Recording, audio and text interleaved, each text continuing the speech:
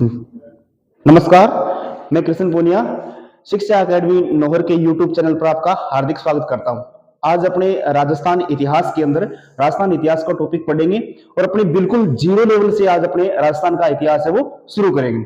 तो राजस्थान का इतिहास शुरू करने से पहले अपने देखेंगे कि भाई विश्व के इतिहास का जनक किसे कहा जाता है। विश्व के इतिहास का जनक, विश्व के इतिहास का जनक किसे कहा जाता है? ये कहा जाता है भाई हेरोडोट्स को। हेरोडोट्स यानी आपसे प्रश्न पूछ ले कि विश्व के इतिहास का जनक है वो किसे कहा जाता है? हेरोडोट्स को कहा जाता है। और हेरोडोट्स पूछ ले कि निवासी कहां का है, तो निवासी है भाई यूनान का। कहां का निवासी है? यूनान का निवासी है हेरोडोट्स, जिसने पूरे विश्व के इतिहास को लिखा था।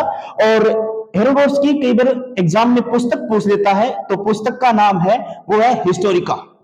हिस्टोरिका, ठीक है। तो हेरोडोट्स के अंदर अपने 3 प्रश्न बनते हैं। एक तो विश्व के इतिहास का जनक पूछ लिया आपसे तो हेरोडोट्स होगा, निवासी कहां का है? यूनान का है, और पुस्तक लिखी थी वो कौन सी लिखी थी? हिस्टोरिका। इसके बाद में अपने देखते हैं भारत के इतिहास का जनक। भारत के इतिहास का जनक, भारत के इतिहास का जनक किसे कहा जाता है? तो यह कहा जाता है भाई वेद व्यास को। किसको कहते हैं? वेद व्यास को कहते हैं। और वेद व्यास है, इसने पुस्तक लिखी थी, वो लिखी थी भाई महाभारत। कौन सी पुस्तक लिखी थी? महाभारत। और महाभारत का जो प्राचीन नाम था, प्राचीन नाम वो है भाई जय संहिता। जय संहिता। तो पूरे भारत के इतिहास का जो वर्णन मिलता है अपने को, वो कौन से ग्रंथ के अंदर मिलता है? महाभारत के अंदर। और महाभारत का जो प्राचीन नाम है वो क्या है? जय संहिता है। और ये पुस्तक है किसके द्वारा लिखी गई थी? वेद व्यास के द्वारा लिखी गई थी। और वेद व्यास को कहा जाता है भारत के इतिहास का जनक। इसके बाद में अपने को राजस्थान का इतिहास पढ़ना है, तो राजस्थान इतिहास का जनक देखेंगे अपने। राजस्थान इतिहास का जनक, राजस्थान इतिहास का जनक कहा जाता है, वो कहा जाता है कर्नल जेम्स टोड को। Colonel James Tod. यानी पूरे राजस्थान के जो इतिहास का वर्णन किया था वो किसने किया था? कर्नल जेम्स टोड ने किया था। इसलिए इनको राजस्थान के इतिहास का क्या कहा जाता है? जनक कहा जाता है। अब पूछने आपसे कि कर्नल जेम्स टोड है, ये निवासी कहां के थे? तो निवासी थे भाई ब्रिटेन के। ब्रिटेन यानी इंग्लैंड के ये निवासी थे। इनके पास में एक और देश की नागरिकता थी।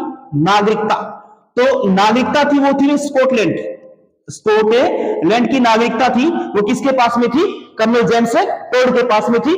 कर्नल जेम्स टोड है, इनके उपनाम की बात करें अपने, तो उपनाम था इनका घोड़े वाले बाबा। घोड़े वाले बाबा। घोड़े वाले बाबा के नाम से किसे जाना जाता है? कर्नल जेम्स टोड को। तो कर्नल जेम्स टोड को अपने 2 नामों से जानेंगे। एक तो राजस्थान इतिहास के जनक या पिता, दूसरा घोड़े वाले बाबा के नाम से इनको जाना जाता है। और घोड़े वाले बाबा कहते हैं तो इनके पास में एक घोड़ा था, और घोड़े का नाम पूछ ले आपसे तो इनके घोड़े का नाम था अलबर्ग। कौन सा घोड़ा था? अलबर्ग घोड़ा था। तो अपने पास 3 इतिहासकार है। सबसे पहला आ गया विश्व के इतिहास का जनक हेरोडोट्स, निवासी पूछे कहां का? यूनान का, पुस्तक कौन सी है? हिस्टोरिका। दूसरा आता है अपने भारत के इतिहास का जनक। भारत के इतिहास का जनक किसको कहा जाता है? वेद व्यास को। और वेद व्यास ने जो पुस्तक लिखी थी वो लिखी थी महाभारत। और ये चीज ध्यान रखना, महाभारत का प्राचीन नाम कई बार एग्जाम में पूछ दिए, तो महाभारत का प्राचीन नाम क्या था? जय संहिता था। राजस्थान के इतिहास के जनक की बात करते हैं तो राजस्थान इतिहास का जनक है वो कर्नल जेम्स टोड को कहा जाता है। और कर्नल जेम्स टोड कहां के निवासी थे? ब्रिटेन के निवासी थे। और इनके पास नागरिकता पुस्तक स्कॉटलैंड की थी। उपनाम घोड़े वाले बाबा कहा जाता है। और इनके पास में घोड़ा था, जिस घोड़े का नाम क्या था? अलबर्ग था। ठीक है, तो अपने पास ये तीनों इतिहासकार आ गए।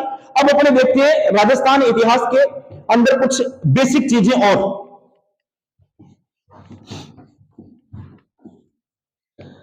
सबसे पहले बात करते हैं राजस्थान के अंदर, तो राजस्थान में पहले कुल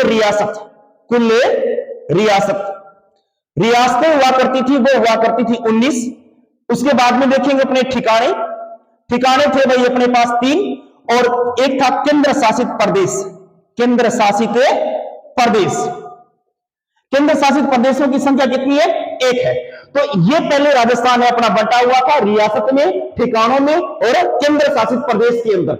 रियासत की बात करते हैं तो रियासत वह स्थान जहां पर राजाओं का शासन हुआ करता था उसे क्या कहा जाता था? रियासत कहा जाता था। तो राजस्थान के अंदर कुल कितनी रियासतें थी? 19। 19 में 16 थी राजपूत रियासत।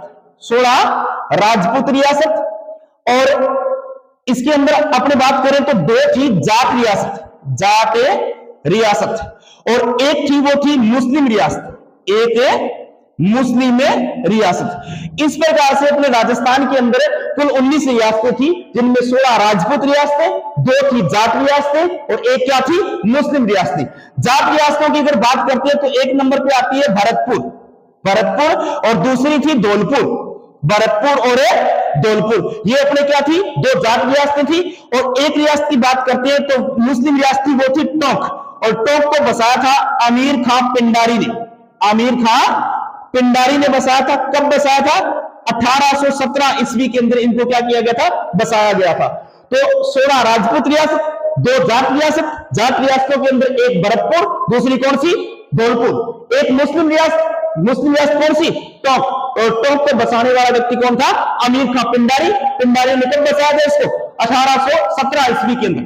इसके बाद बात करते हैं अपने ठिकानों की। रियासत वो स्थान जहां पे राजा शासन करते थे। ठिकानों की अगर बात करें अपने तो ठिकाने थे वह स्थान जिनके ऊपर ठाकुरों का शासन होता था, उसे क्या कहा जाता था, ठिकाना कहा जाता था।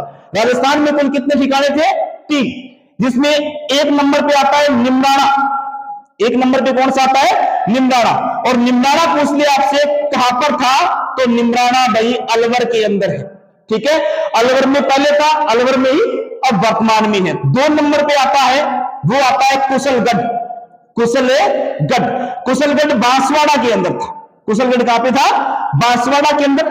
3 नंबर आता है, वो आता है लावा, लावा अगर ठिकाने की बात करें तो टोंक के अंदर है, लावा कहां पे है, टोंक के अंदर है वर्तमान में।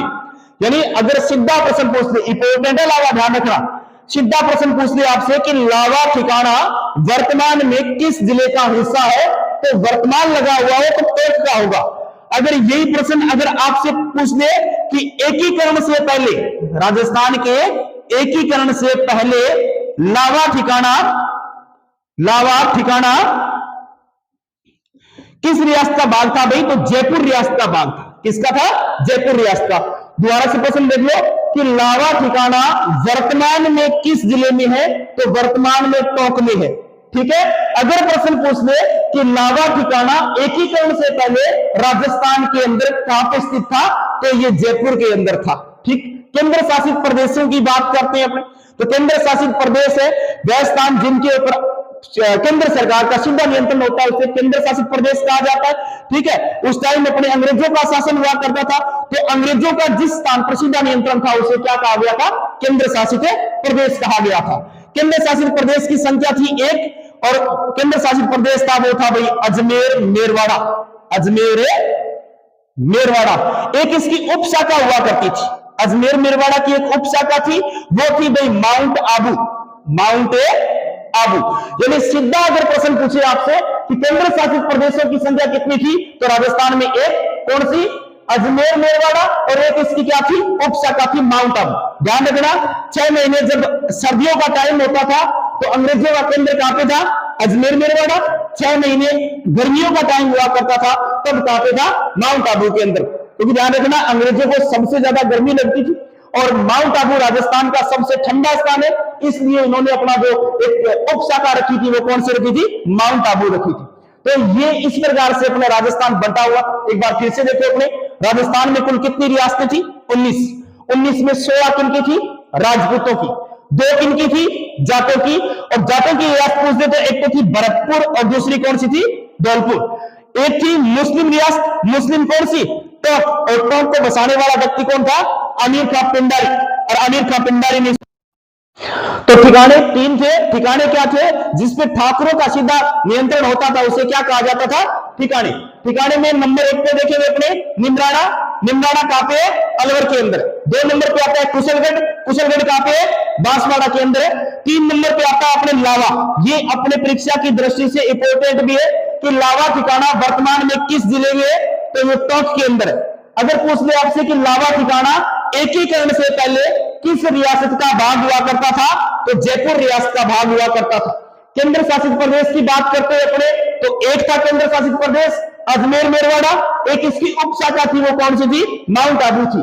उपशाखा की बात करें तो 6 महीने माउंट आबू, जब गर्मियों का टाइम होता था उस टाइम माउंट आबू में इनका केंद्र होता था, और सर्दियों के टाइम में अजमेर मेरवाड़ा केंद्र क्या होता था, इनका केंद्र होता था।